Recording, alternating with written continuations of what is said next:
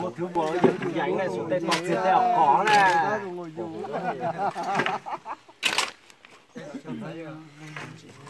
Tỏ ra thái rất sớm. Có con một kia số là các chất tin này. Muốn gì nó Chế nhỏ có lo chế ta gió ấy. Chế muốn gì con trai nào đấy. Nhỏ. Nó để sẽ có. Sẽ chính thôi. Rồi nó cắt. Hủ ta là tôi chén này tỉ á. Cắt phong thì nó chui ra nó. Chu ha.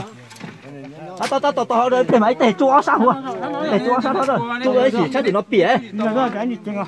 Chứ cho mua sao máy tè chua sao hả này? Cũng có thóc bảo nó bự rộng.